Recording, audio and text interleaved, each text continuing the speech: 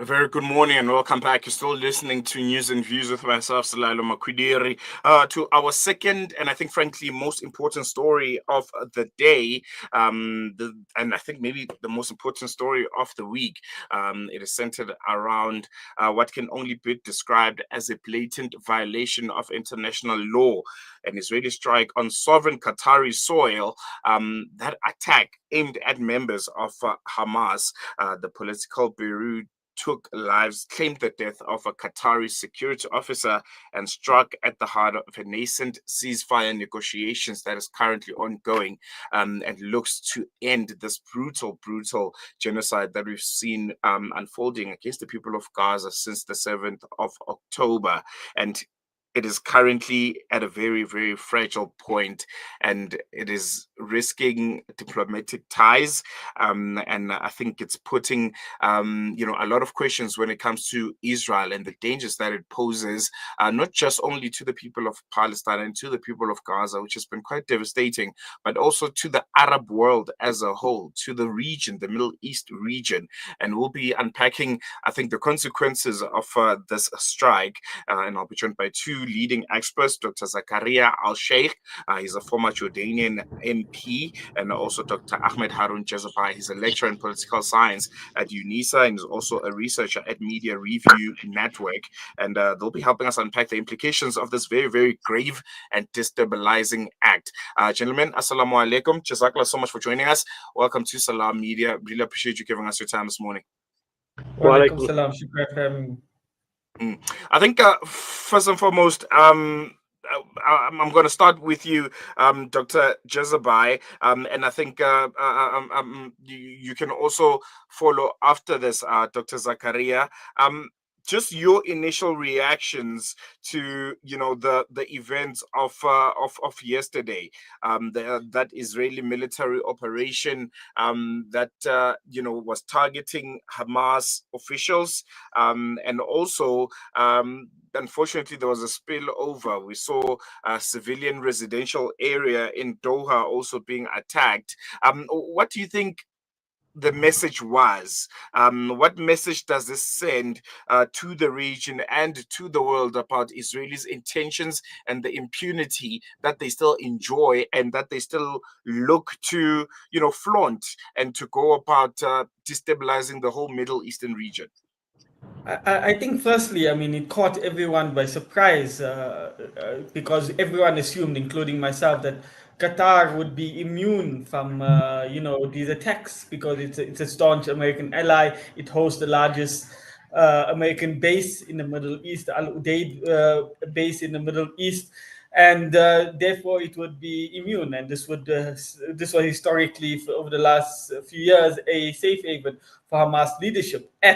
We must add, at the American request, to host Hamas's leadership. But I think the big issue here is that, and what the countries in the region should learn from this lesson is that no amount of American protectionism is going to keep them immune from Zionist entities' attacks. Israel has a form of exceptionalism in international law. It is an exception to the rules of international law and the laws of war, if I can put it that way.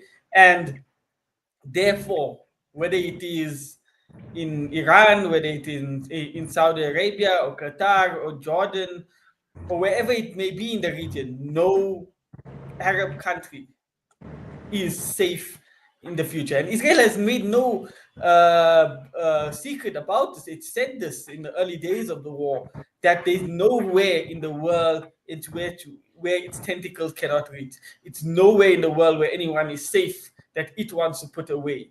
Alhamdulillah, the leadership survived, but we know that there were 5 or 6 others that were martyred. But I think this is the overarching narrative that we must understand. The message is no amount of American protectionism will save you. It is inconceivable that the Americans didn't know about this. They, in fact, greenlit this. I have my understandings and my theories as to why they greenlit this, but we can come to that at a later stage. Dr. Zakariyya, your thoughts on this, your reaction to it? Okay, Bismillah ar-Rahman ar-Rahim. Jazakumullah khair for hosting us. And sorry for the poor internet connection because we are in our way to Al-Ismailiyya in Egypt together with South African delegation who are helping our brothers and sisters who came from Gaza. Uh, Mm, Yesterday's event is not only targeted Qatar, we can say 5 Arab countries yesterday were targeted. We are talking about Tunisia, where they were hitting, the flotilla, which is an international boats. More than 40 to 50 boats are leaving Spain and leaving Tunisia towards Gaza to break the embargo imposed on Gaza. They have also targeted Syria, in Latakia and in Hims. At the same time, they targeted Lebanon. They, of course, the continued assault on Gaza, and last it was Qatar. So we are talking about 5 countries being targeted by Israel yesterday.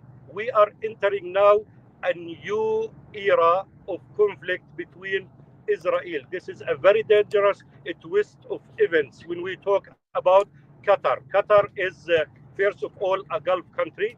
Number two, it is a mediator in the peace process. Number three, it hosts the biggest American military base in the region. Number four, it is considered a very close ally to United States, and also it has a good relation, diplomatic ties with Israel. So Israeli attack on Qatar will twist and turn out the events to be against this state. Now, the most difficult and controversial issue in this attack that United States of America with President Trump was insisting since 2 days that this is the last warning to Hamas leader to finalize, an agreement just to stop the war. And Trump was so clear that I will not repeat my warning again. And he insisted to change the venue of Hamas meeting in a hotel, which is in Doha.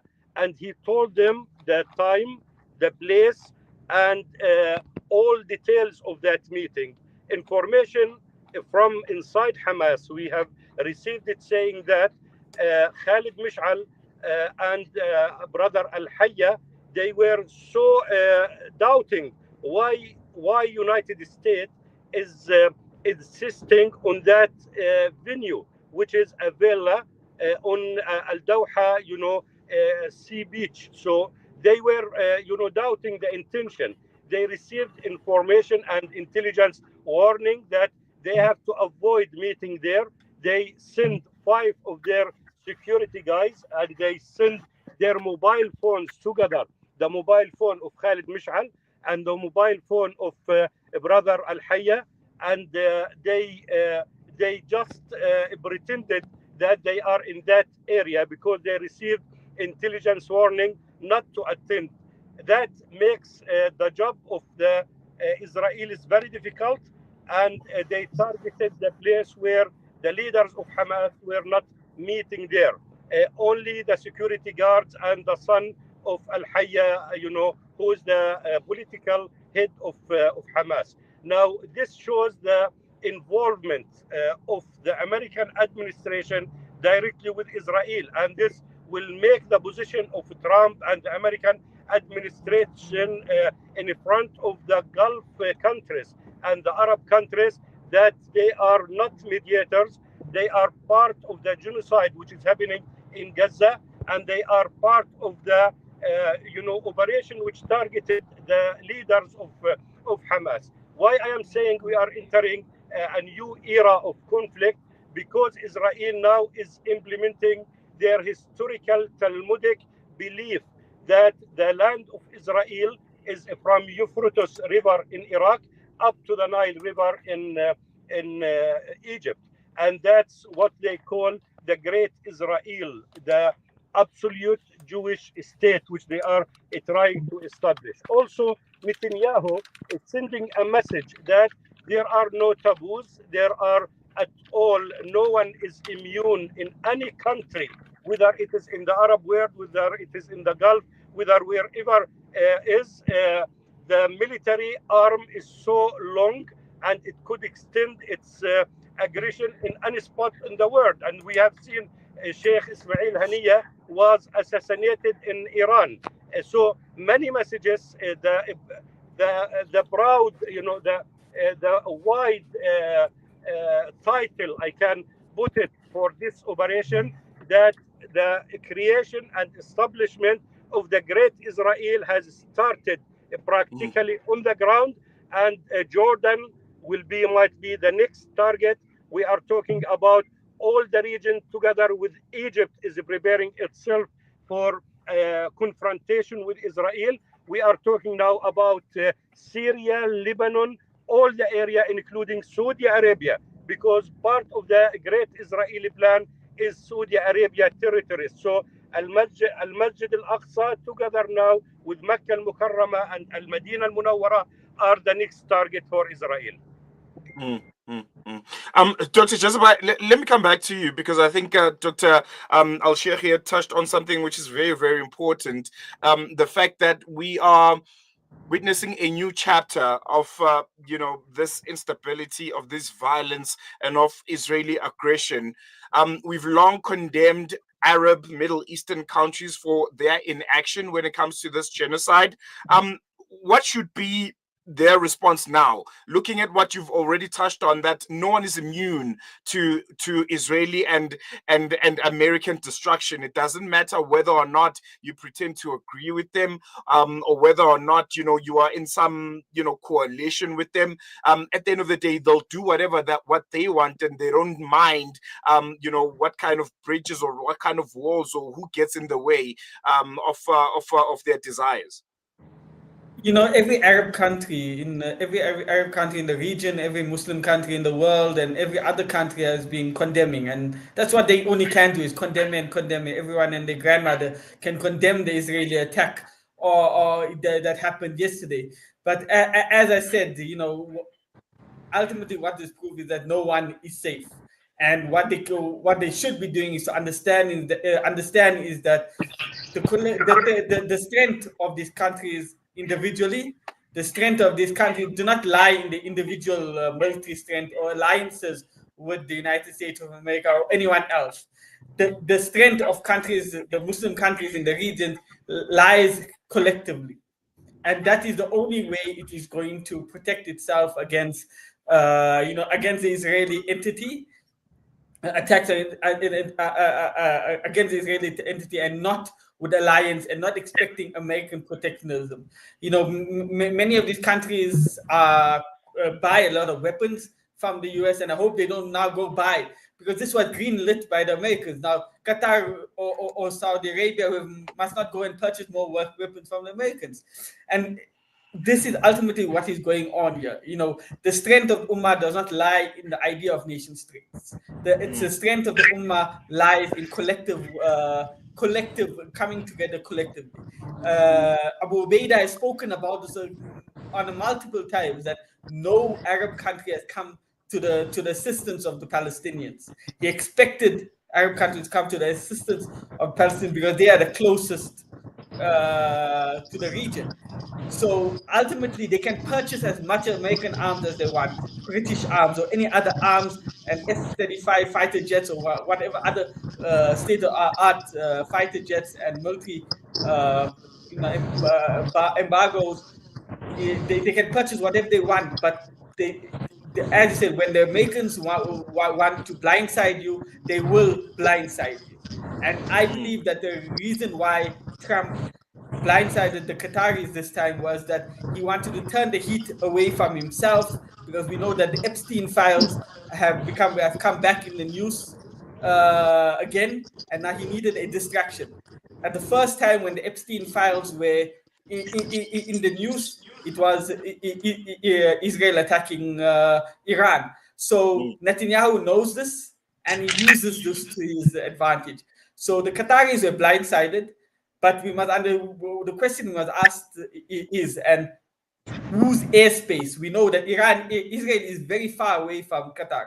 whose airspace did they go through? My understanding, and for what I've read so far, is that they went through Jordan and Saudi Arabia and Jordan. That's the most viable to and being refueled by American jets along the way.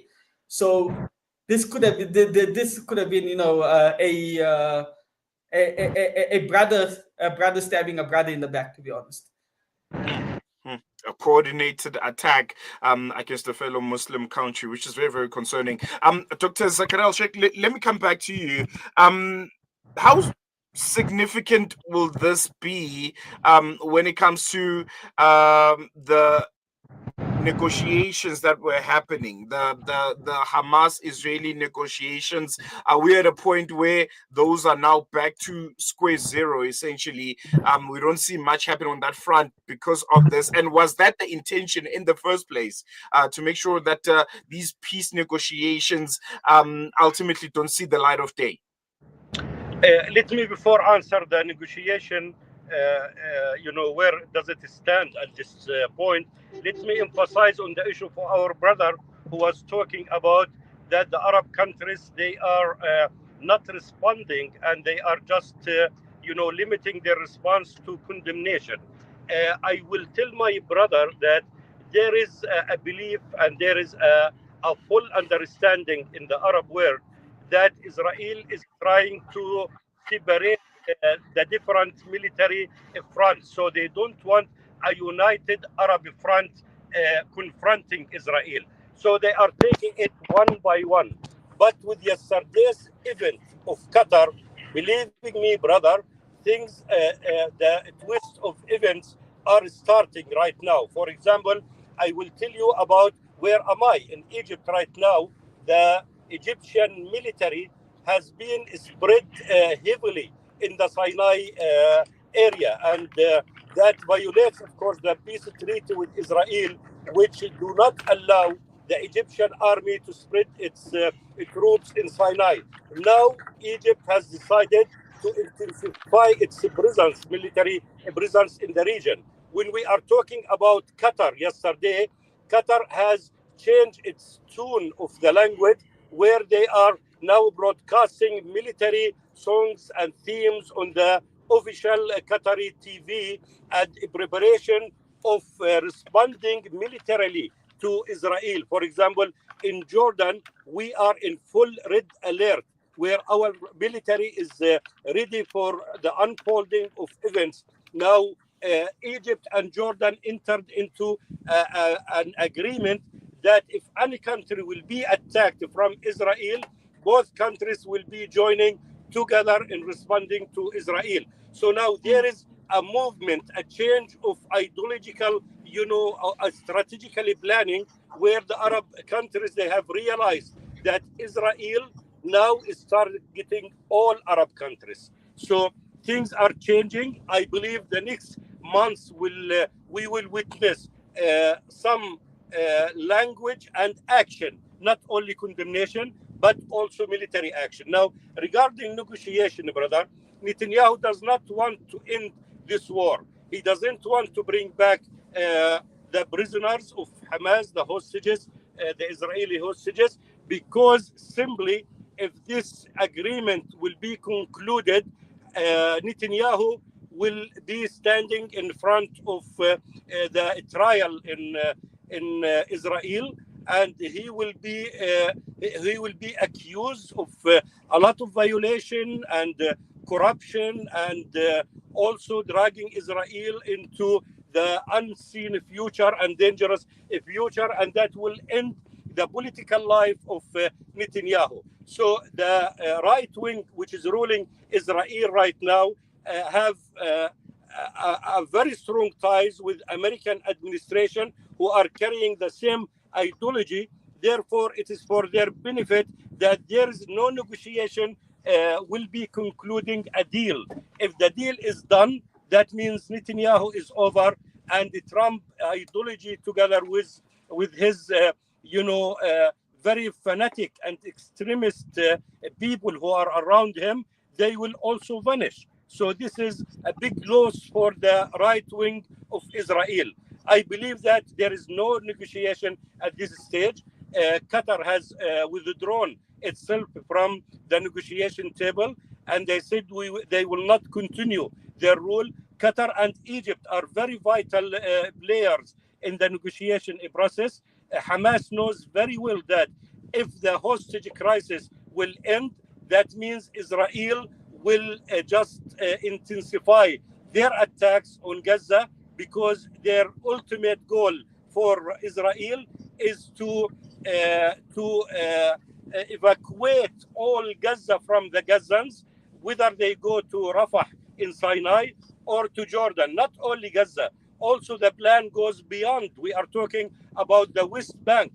Israel wants to finish the Oslo agreement, and they want to destroy the Palestinian Authority. Therefore, that all Palestinians from the West Bank, who are 2.5 million, will be evacuated to Jordan.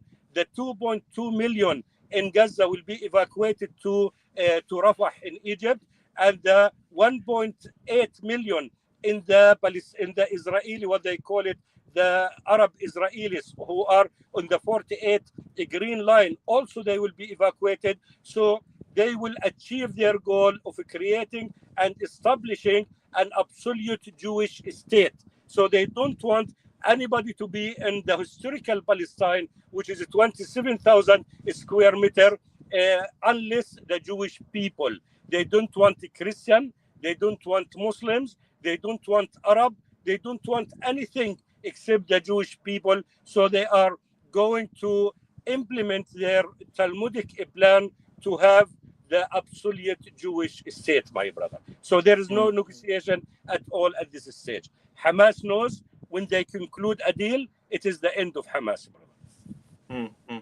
And Dr. Jhazbhay, unfortunately, we have run out of time. Just quickly, your parting shots on this.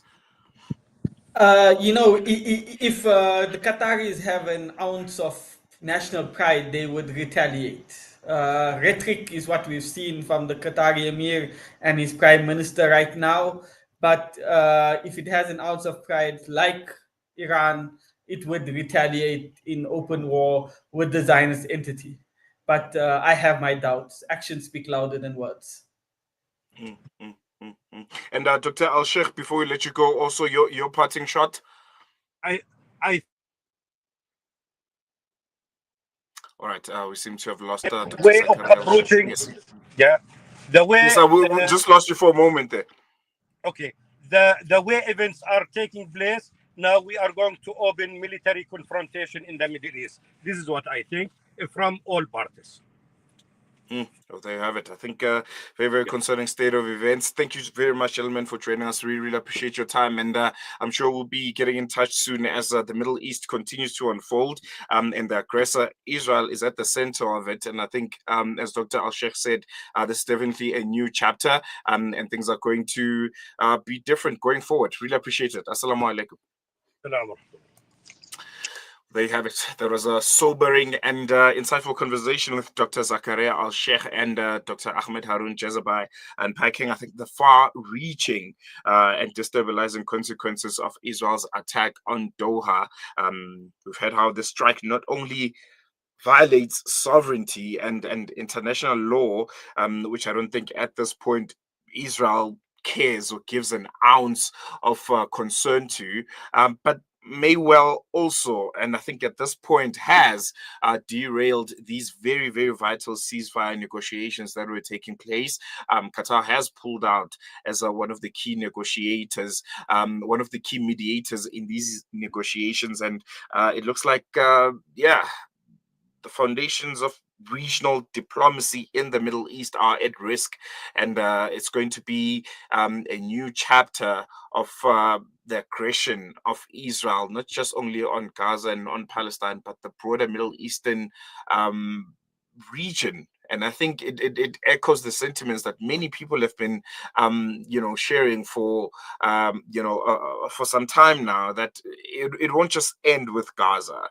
Ultimately, this will spread out throughout the Middle East, and they don't care. They don't care whether, the Muslim countries, the Middle Eastern countries have for the large part, not been as forthcoming when it comes to condemning their actions in Gaza, and many of them have went about the route of normalizing ties with Israel. And for Qatar, I think it's very, very concerning, and it looks very well coordinated, for the mere fact that they host the biggest a military outpost in the Middle East of the United States of America. This was well coordinated. I don't think there's any way that the US didn't know about it. Some are even saying Qatar itself could very much be involved. And the only thing that will tell us what the reality is from now going forward could be their reaction. Dr. Ahmed Jhazbhay saying, if they have any ounce of pride, they will retaliate. And I think we were poised for very, very unstable and uncertain times in the Middle East and ultimately the world. And you can tune into Salam Media as we try to break it down all for you, and we try to bring you the latest on that concerning front. Otherwise, we're going to take a quick break. When we come back, News and Views continues.